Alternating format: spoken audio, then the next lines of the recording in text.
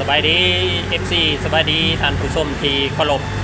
มื้อนี้บ่าวน้อยก็จะไปติดตามเบิ่งการเปิดศูนย์การค้าใหญ่ใกล้ใจกลางนครหลวงเวียงจันทน์เนาะนั่นก็แม่นก๊อกมีก้าประตูไส้เนาะคือว่ามื้อนี้เป็นวันที่8เดือน8 2026เป็นมื้อเปิดอย่างเป็นทางการคือว่าภาพบรรยากาศมื้อนี้ก็จะมีความคึกคืนเนาะซึ่งจะเต็มไปด้วยลูกค้าและก็นักท่องเที่ยวที่ว่าไปเยี่ยมชมไปเที่ยวต่างๆอยู่ในศูนย์การค้าแห่งนี้เอาเป็นว่าบ่าวน้อยจะพาทานไปเบิ่งบรรยากาศว่าจะมีความคึกคืนและก็น่าสนใจคือแนวใดไปพร้อมๆกับบ่าวน้อยเลยเนาะ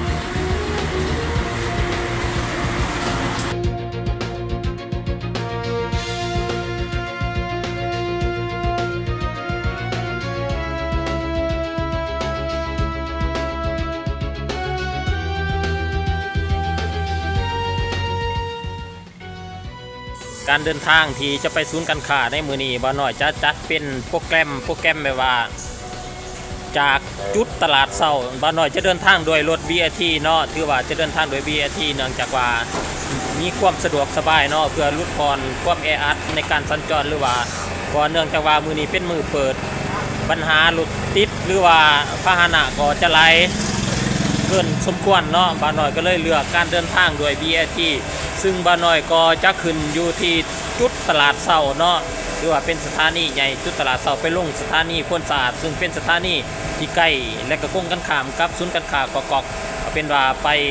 เดินทางพร้อมกับบ่าวน้อยเลยเนาะว่าตอนนี้ก็อยู่สถานีเนาะเดี๋ยวบ่าวน้อยก็จะขึ้นรถ BRT ไปเดี๋ยวจะน้อยรถก็ออกเดินทางเนาะเดี๋ยวบ่าวน้อยก็จะขึ้นไปการเดินทางโดย BRT ที่ว่ามีความสะดวกสบายเนาะเนื่องจากว่าอยู่ใกล้ๆกับศูนย์การค้าแห่งนี้ก็ติดกับสถานีพลสะอาดเลยซึ่งศูนย์การค้าแห่งนี้ก็ตั้งอยู่สี่แยกไฟแดงฉะนั้นการเดินทางโดย BRT ถือว่าเป็นการเดินทางที่สะดวกสบายและก็สามารถเดินทางมาเที่ยวอยู่ศูนย์การค้าแห่งนี้ได้ในหลายๆจุดว่าจะมาแต่จุดดงโดกเนาะก็สามารถมาลงที่สถานีพลสะอาดหรือจะขึ้นอยู่ที่จุดตลาดเช้าไปหาสถานีพลสะอาดเนาะถือว่าเป็นการเดินทางที่สะดวกสบายและก็มีความปลอดภัยสูง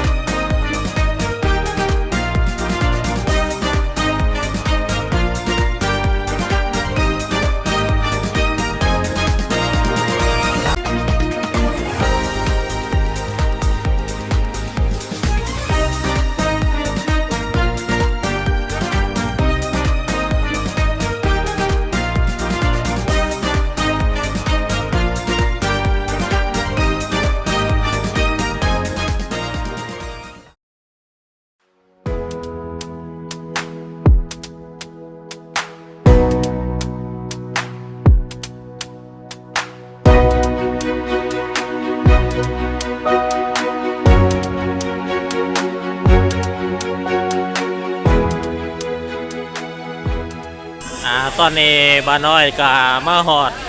สถานี BRT พ่นสะอาดแล้วเนาะคือว่าก็ทั้งด้านหน้าก็เป็นศูนย์การค้ากอกเนาะก็คือว่ามื้อนี้เฮาก็จะได้มาอัปเดตเบิ่งสภาพเหตุการณ์โดยรวมเนาะเกี่ยวกับการเปิดอย่างเป็นทางการของศูนย์การค้ากอกประตูชัยเป็นว่าเฮาจะเข้าไปทางด้านในของศูนย์การค้ากันเลยไปติดตามผมกับบ่าวน้อยเลยคือว่าการเดินทางด้วยรถมี BRT ก็มีความสะดวกสบายเนาะเมื่อเดินทางมาแต่ทั้งตลาดเช้าก็สามารถมาจอดลงอยู่ที่สถานีพลสะอาดหรือว่าสถานีกอกหรือว่าจะเดินทางมาแต่เบื้องเส้นทางด้นโดกหรือสถานีอื่นก็มาลงอยู่จุดนี้จุดเดียวเนาะเพื่อก้าวเข้าสู่ศูนย์การค้ากอกศูนย์การค้าใหญ่และก็มีความทันสมัยใจกลางนครหลวงเวียงจันทน์ตอนนี้เขาก็จะย่างเข้าไปทางด้านในของศูนย์การค้าที่ว่ามือนี้อากาศก็ยังขึ้นฝนอยู่เนาะก็มีฝน โปรยปลายฝนถอยลงมาเฮ็ดให้อากาศมีความสุ่มเย็นเนาะการเดินทางบางครั้งก็อาจพบข้อยุ่งยากเปิดแล้วเนาะด้วยเปิดแล้วช่วยเลยเจ้าเนาะเขาก็จะเข้ามาทางดันได้ถือว่าตอนนี้ก็เป็นเวลา 10 โมงเราก็จะให้เบิ่งภาพบรรยากาศโดยทั่วไป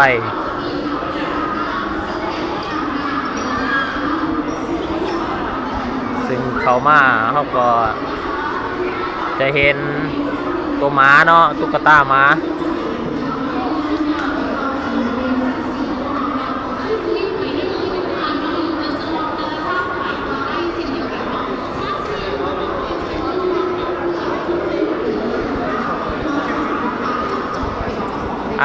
คลิปในเมื่อคลิปก่อนเนาะมี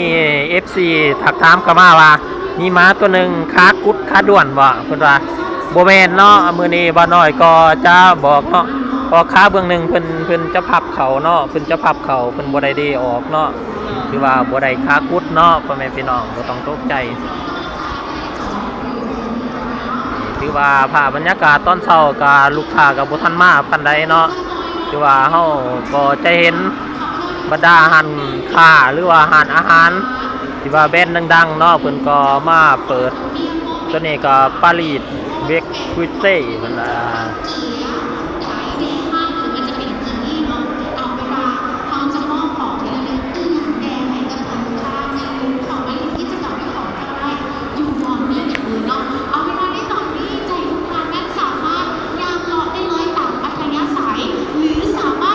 ี้เขาก็จะให้เบิ่งภาพบรรยากาศโดยรวมซะก่อนเนาะว่าตอนนี้ก็ลูกค้าก็มาบ่ทันหลายเนาะเราจะพาทานไปเบิ่งสาวงามเนาะสาวงามเนาะสาวตุ๊กตาหุ้นใหญ่ซันตาเต้เนาะไม่ว่าจะเป็นเกียร์เซลโชทุกๆรุ่นมีชิ้นน้องทางไหนสนใจรุ่นใดเป็นพิเศษนำกลับมาหาพวกน้องกันได้เลยอย่าไม่ข้อต่อไปเนาะข้าพเจ้าจะมีอีกหนึ่งที่จะถามมาหลิงก็คือทานเพื่อที่อยากจะมอบเป็นของขวัญของที่ระลึกให้ก็ทุกทานสำหรับการเปิดกอกเมกามอลประตูไซอีกสักหน่อยพบเข้ากันทุกทานขอบใจ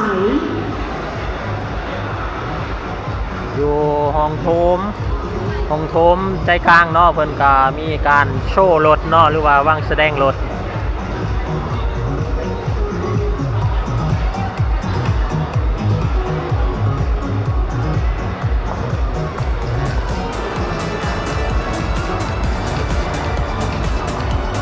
เป็นการมีความสุขเนาะเพิ่นก็เต้นเอาแถวว่าเนาะ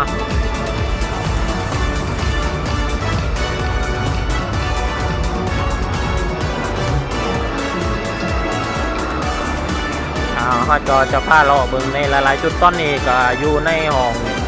โถมสันลุมเนาะ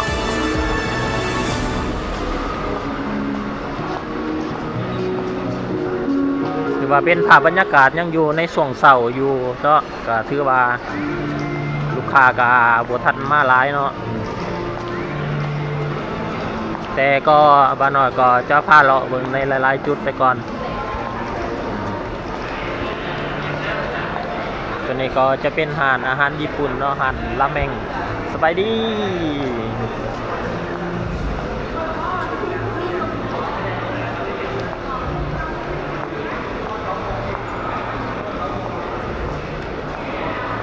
ตัวนี้เพิ่นก็จะมีการวางโชว์แสดงรถเนาะเป็น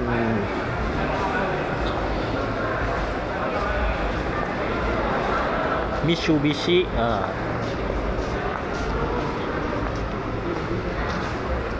ตัวนี้ก็จะเป็นกระเป๋าเนาะเป็นกระเป๋าสำหรับเด็กน้อยเนาะแล้วก็จะเป็นตุ๊กตาเนาะ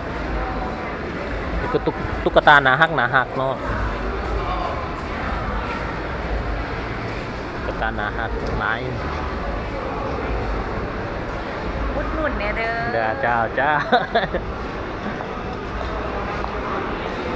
ว่าภาพบรรยากาศตอนเช้ากับลูกค้าก็บ่ทันหลายปานใดเนาะแต่เฮาก็จะให้ท่านได้เห็นภาพบรรยากาศโดยรวมเสียก่อนเนาะ ที่นี่ก็จะเป็นโซนอาหารเนาะจะเป็นโซนอาหารนี่อาหารลาวอาหารเวียดนามหลาย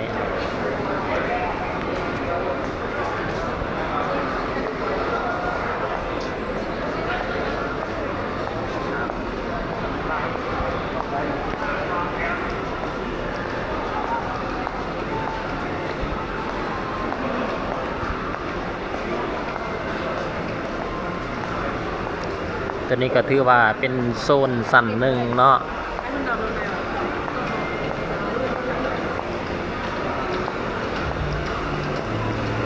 ตัวนี้ก็จะเป็นโซนอาหารที่กัน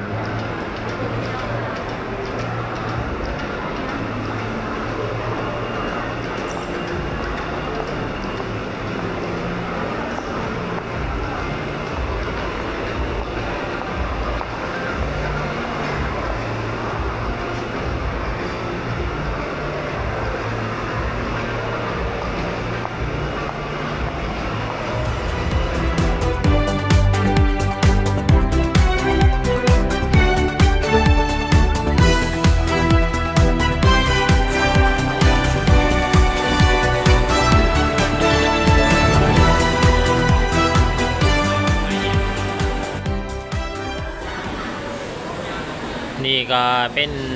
โซนอาหารอีกอย่างหนึ่งเนาะก็ถือว่าลูกค้าก็ยังบ่ทันเข้ามาหลายคือว่ามีแต่อาหารดังๆมีแบรนด์เนาะระดับสากลเนาะที่ว่าได้รับความนิยม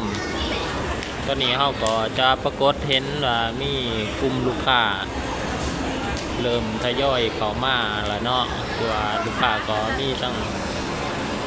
แบบครอบครัวเดี๋ยวเราก็จะย่างเข้าไป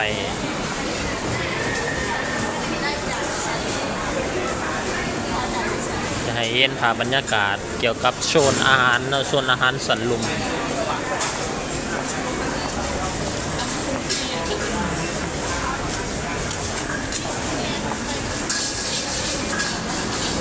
ตัวนี้ก็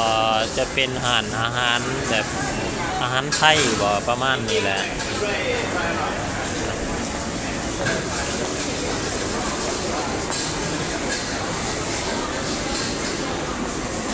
ตัวนี้ก็จะเป็นโซนศูนย์การค้าเจมาร์กเนาะเป็นเจมาร์กเพิ่นก็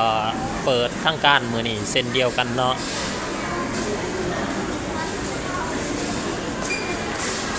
เป็นเจมาร์ก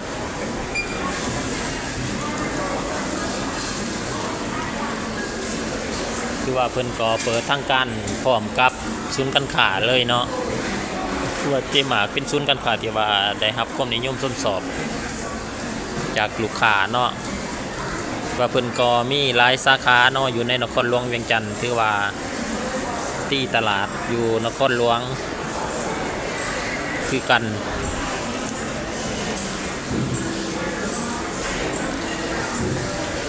นี่ก็จะเป็นอาหารชื่อดังอีกหนึ่งที่ว่าเขามาเปิดอยู่ที่ศูนย์การค้าก๊อก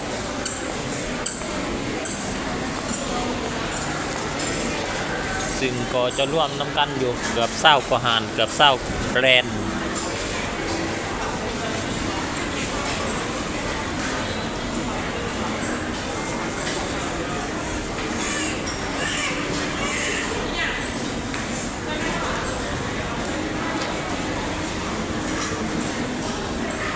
เขาก็จะย่างไปในหลายๆจุดเนาะเพื่อให้ท่านผู้ชมและก็ FC ได้เห็นบรรยากาศโดยรวมอยู่ภายในศูนย์การค้าก๊อกเนาะ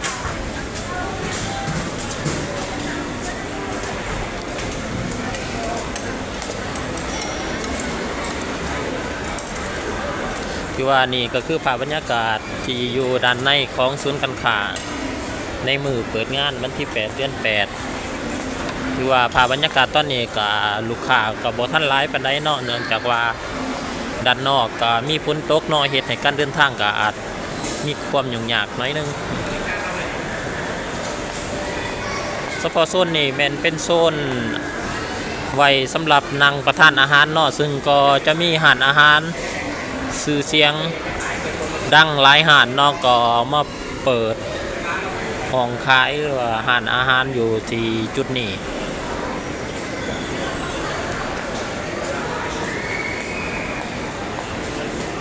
เดี๋ยวเราก็จะให้ทานเบิ่งไปอีกในหลายๆมุมหลายๆจุดเนาะ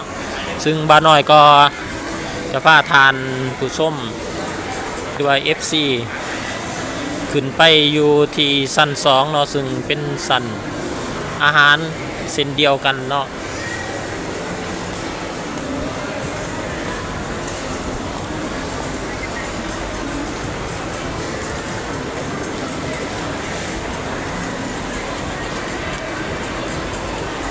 คิดว่าบรรยากาศ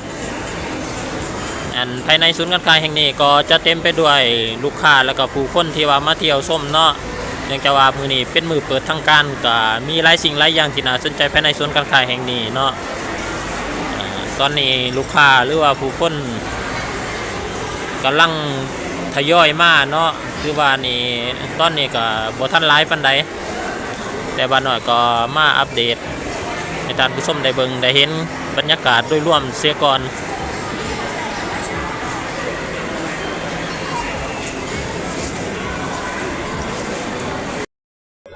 เราก็จะขึ้นไปถึงชั้น2เนาะโดยการขี่บันไดเลื่อน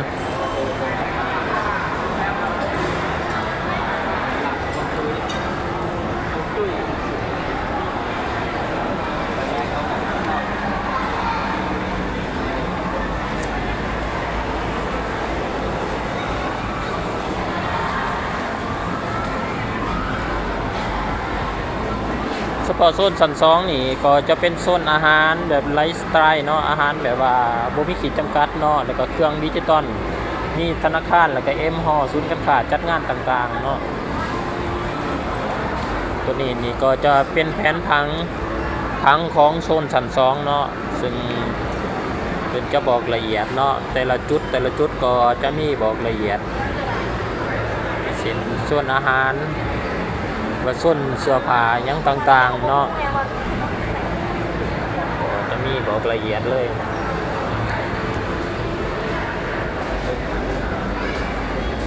ตัวนี้ก็จะเป็นแอปหวยนะจะเป็นหวยกอกๆเนาะเป็นลอตเตอรี่หวยกอกๆเพิ่นก็มาออกบูธออกงานเนาะ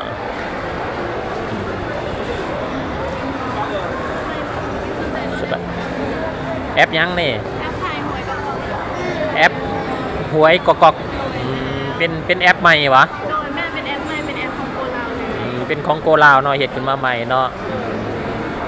โอเคขอบใจหลาย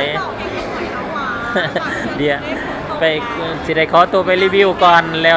เวียกจังสิคอยมาศึกษาเบิ่งเนาะโอ้สันหนึ่งก็มีเนาะขอบใจหลายๆมีแต่ผู้งามๆเนาะสาวหวยกอก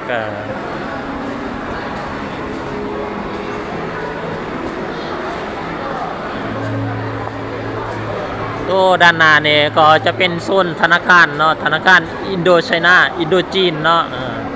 เป็นธนาคารอินโดจีนเพิ่นก็มาเปิดให้บริการเนาะเขาก็จะให้เบิ่งภาพบรรยากาศรวมๆเสียก่อนเนาะคือว่าบางครอบครัวก็ได้นำพาครอบครัวมาเที่ยวแต่เช้าเนาะคือว่าตอนนี้ก็บ่เช้าแล้วเนาะตอนนี้ก็เป็นเวลา 11:00 นแล้วเนาะก็ถือว่าใกล้เวลาจะรับประทานอาหารแล้วเนาะก็ถือว่า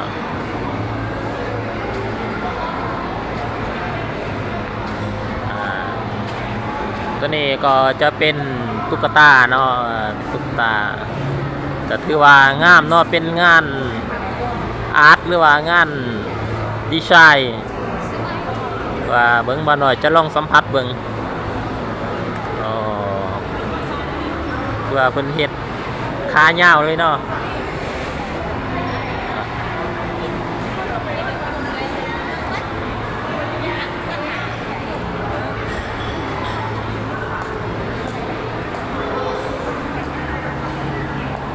น นี่ก็จะเป็นโซนธนาคารสำหรับตัวนี้ก็จะเป็นโซนอาหารเนาะโซนอาหารเป็นเบเกอรี่หรือว่าขนมเนาะสไตล์ญี่ปุ่นว่าประมาณนี้นะ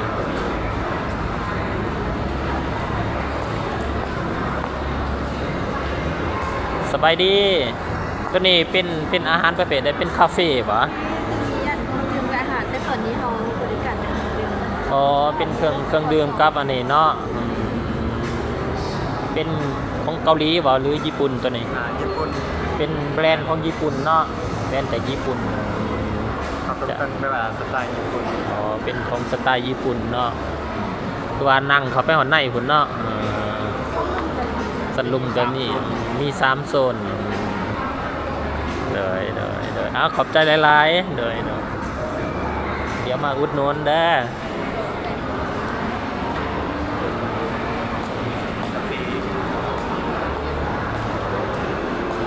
อเขาก็จะเลาะไปอยู่ที่โซนเฟอร์นิเจอร์เนาะ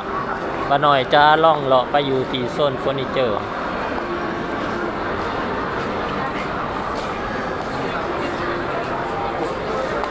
ตัวนี้ด้านหน้านี่ก็เป็นโซนเฟอร์นิเจอร์เนาะก็ถือว่าเป็นเฟอร์นิเจอร์ที่ว่า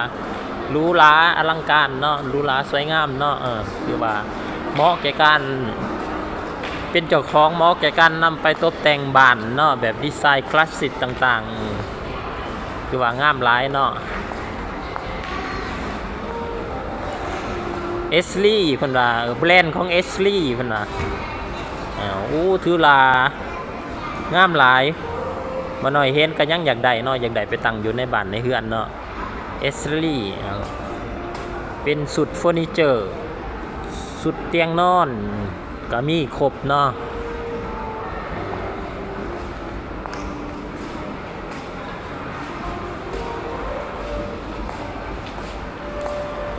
เขาก็จะย่างไปทางข้างหน้าอีกเดี๋ยวจะให้เบิ่งเฟอร์นิเจอร์ก่อนเนาะถือว่าใครอยากได้ต้องการเฟอร์นิเจอร์ก็สามารถมาเบิ่งเนาะมาสัมผัสเบิ่งได้เนาะถือว่าถืออกถือใจก็สามารถจับจองหรือว่าซื้อเมื่อตกแต่งบ้านได้เนาะว่าตัวนั้นก็เป็นสุดกินข้าวสุดก็ดื่มกาแฟเนาะแบบระดับ6คนหรือ8คนสามารถนั่งได้ตัวนี้ก็จะเป็นโซนชุดเตียงนอนเนาะคือว่าเนื้อผ้าก็มีความเป็นว่าเป็นเนื้อฝาฝ่ายเนาะนั่นฝาฝ่ายหรือว่าอุ่นเนื้อนุ่มดีคือว่าเป็นแบรนด์ที่มีระดับบ้านหน่อยก็จะบ่ได้รีวิวหลายเนาะก็รีวิวให้เห็นคร่าวๆเนาะถึงอยู่ชั้น2เนาะไปที่มาเที่ยวก็สามารถมาเยี่ยมชมได้เนาะตัว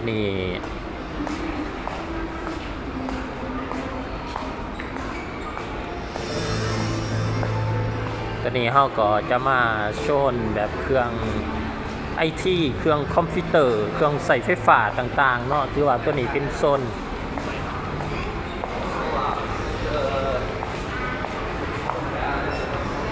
เครื่องใส่ไฟฟ้าเนาะ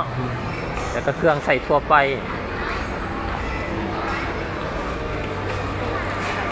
ถือว่าอยู่ที่ชั้น2เนาะมีแต่ว่าผู้ใดอยากได้สินค้าประเภทใดก็สามารถมาช็อปได้เนาะมาช้อปปิ้งได้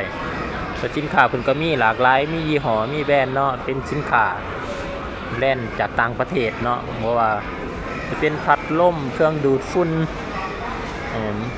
แม้แต่อุปกรณ์ไอทีก็ยังมีเนาะ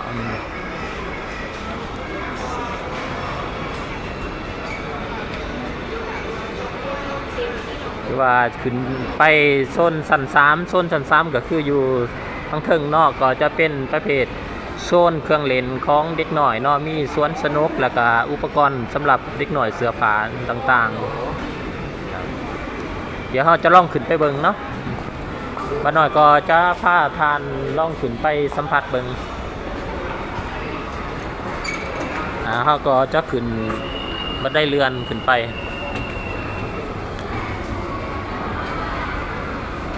เขาจะขึ้นไปอยู่ที่ชั้น3เนาะเบิ่งโซนเกี่ยวกับคิสเบิร์ดแบรนด์คิสเบิร์ดเกี่ยวกับเค รื่องนุ่งห่มสำหรับเด็กน้อยแล้วก็โซนเล่นสำหรับเด็กน้อยเนาะ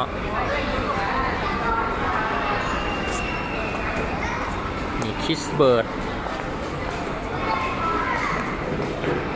นี่เขาก็จะเห็นเป็นประเภทเครื่องนุ่งห่มสำหรับเด็กน้อยเนาะทุกแบบทุกสไตล์เลยเนาะก็จะเห็น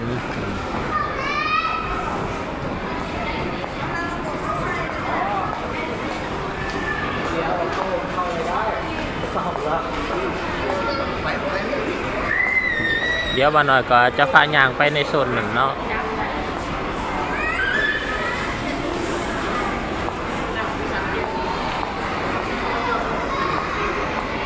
ตัวนี้ก็จะเป็นอาหารและเครื่องดื่มสำหรับเด็กน้อยเนาะเกี่ยวกับการซื้อปีเนาะซื้อปีหรือว่าซื้อบัตรเขาเล่นสวนสนุกดังกล่าวเนาะหรือว่าโซนนี้เพิ่นก็จัดขึ้นมาเพื่อลูกหลานลูกเล็กหลานหน่อยโดยเฉพาะเนาะอยู่ที่ชั้น3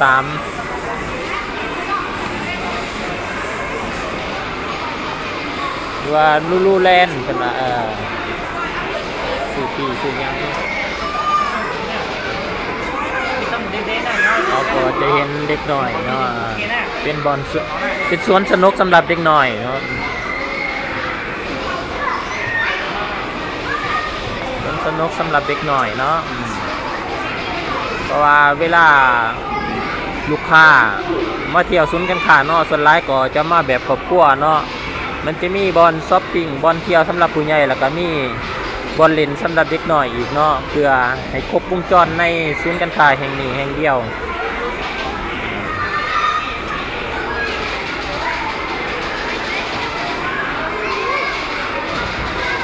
เราก็จะเห็นลูกหลานเนาะต่างก็มีความยิ้มและมีความสุขเนาะสนุกสนานรับเครื่องเล่นใหม่ๆเนาะถือว่าเป็น